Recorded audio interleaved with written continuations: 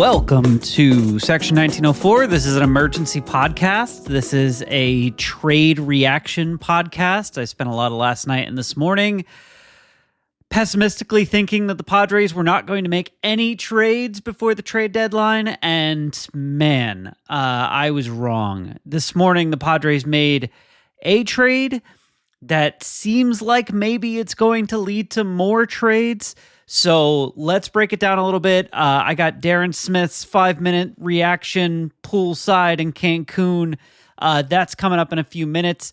I will note, not that it really changes anything about his reaction, that he was unaware of the full trade, that the information about everyone who is included just came out when he recorded that, and he sent that over. So let's go into the full trade, and then I will break it down and give you some of my thoughts, and then I'll play Darren's thoughts. And if there's more trades later, we'll do another version of this later.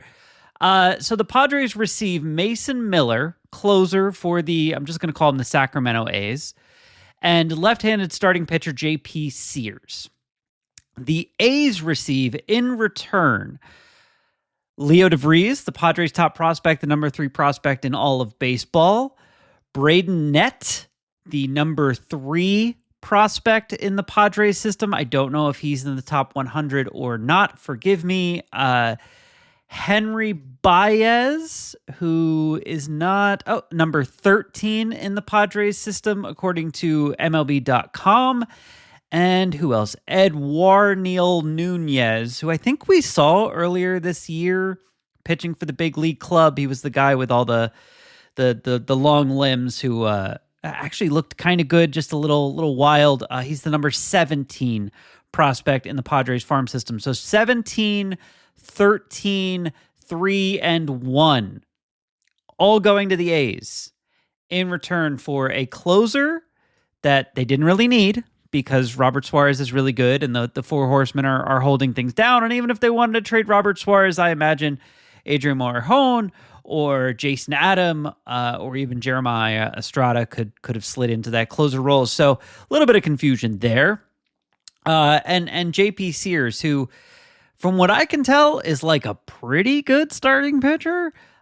He's 29 years old. He does not hit free agency until 2029 when he will be 33 years old. Kind of a middle of the rotation guy. I guess it gives the Padres a lefty, which they haven't really had in their rotation since Kyle Hart fell off. I think I have that right. Apologies. There's a lot of information right now, and I don't have time to pre-research this. I'm just reacting to this in real time. Just right off the bat, this looks like a massive overpay for the Padres. Mason Miller and JP Sears are both under team control until 2029, 2030, I believe, in the case of Miller. That's fine. But that's also true of all the prospects that they just sent out under team control for a very, very long time. This is... I don't know if this is AJ Preller just going, screw it, I'm not going to be here. Like, might as well take a swing because I'm not going to be here. I don't know. Darren touches on that a little bit in the clip that I'm going to play from him. But this seems to be a massive overpay. And here's the only way I think this makes sense. I think this makes sense if the Padres are sending out Robert Suarez and out Dylan Cease to get back, a left fielder, a catcher, a DH, maybe some combination of all three or a combination of 2 of the 3 that they think is really going to change the offense. There's been rumors about Preller looking at some big swing trades that would bring in top-notch, top-flight players, and maybe the only way he was able to get those was to trade away Cease and Suarez and who knows what else. I don't know how that works. I don't know how you trade guys in the last year before free agency and do anything to replenish the farm system. But the farm system, as it has been discussed for the Padres, has been Leo Vries, Ethan Salas, who has missed most of this season with a back injury. He's 19, by the way. If you're having back injuries at 19, you may not be long for catcher. And then a drastic fall off to the rest of the minors, the rest of the prospects. Salas is still hurt, and Vries is now gone. So I don't know what to do with any of that as far as the Padres' future is concerned. I know AJ Preller has a lot of faith in himself to restock the farm system through drafts and international signings. Maybe that's it. But this does, to the point that Darren is about to make, this does feel like the first step in a full plan for what the Padres want to do at the trade deadline. If this ends up being the only trade that the Padres make, that they bring in a relief pitcher that they didn't necessarily need, just adds depth, and they bring in a starting pitcher that they didn't necessarily need, that adds depth, I don't know. I don't know that's not a good trade deadline. That's not enough. That's not enough to challenge the Dodgers, and all it does is complicate things. I don't know if JP Sears has a place in this rotation when Michael King returns, unless Dylan Cease is gone. So, yeah. Let's hope that this is step one to a two-step trade deadline deal. Let's hope that more information is coming later. If and when it does, I will do a podcast. Darren will probably chime in from poolside as he's about to on this podcast, and then at the end of the day or tomorrow, we'll do a full review. Not Darren, it'll just be me, but I think I have a co-host lined up. We'll do a full review of everything that the Padres have done today, ahead of the trade deadline, and what it means for the future of the 2025 Padres and the future of the Padres organization. All right, let's go poolside to Cancun. So let me just start with the obvious. There is no such thing as untouchable. If you are a Padre prospect and AJ Preller is the president of baseball operations and the general manager, we never need to hear about this again when it comes to any prospect at any point down the road, assuming, of course, that we're still talking about AJ Preller somewhere down the road. Welcome, poolside. I am in Cancun, just outside of the resort. It's about 7:30 in California. Just saw the news of the trade broken by Jeff Passan. John's going to give you all the details, give you his opinions, but I just figured I would chime in since I can't get into my room. We're here a little bit early. We took the red eye out of Tijuana, so our room isn't ready till 11. So I got about another 30, 40 minutes. So I'm just sitting here in the sunshine, absolutely gorgeous, in Cancun. Not a care in the world. They traded away Leo Vries. Oh, well.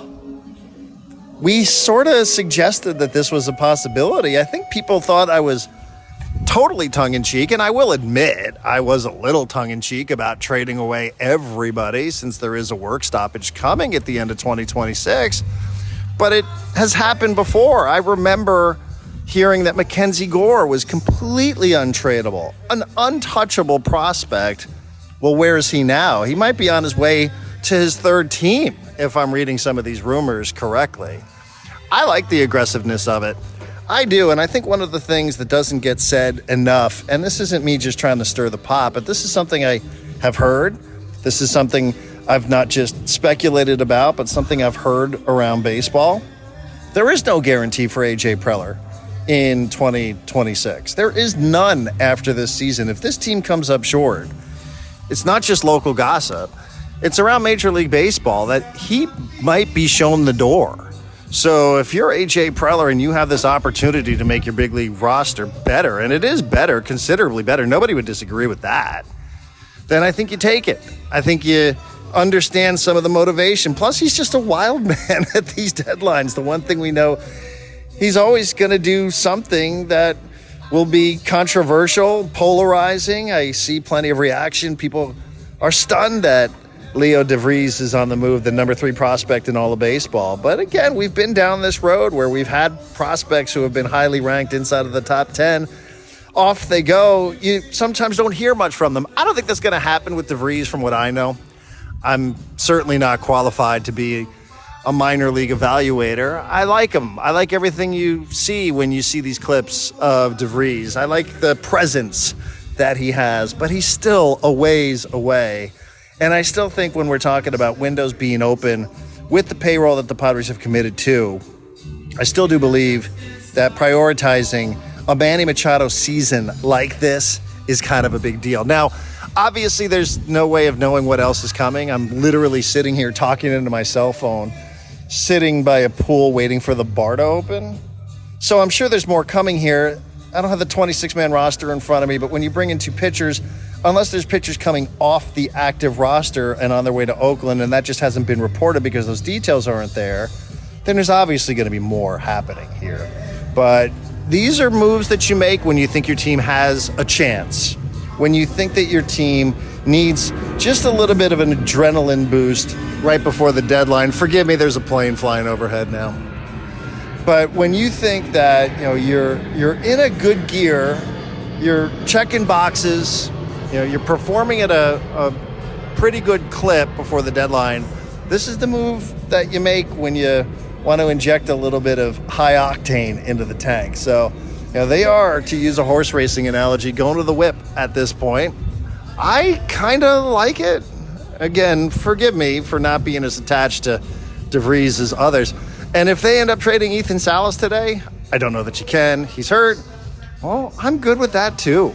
I am. I'm good with these things if you're getting the kind of return that the Padres are getting. Obviously, there's a million more details, but just poolside in Cancun here for Section 1904. We made it.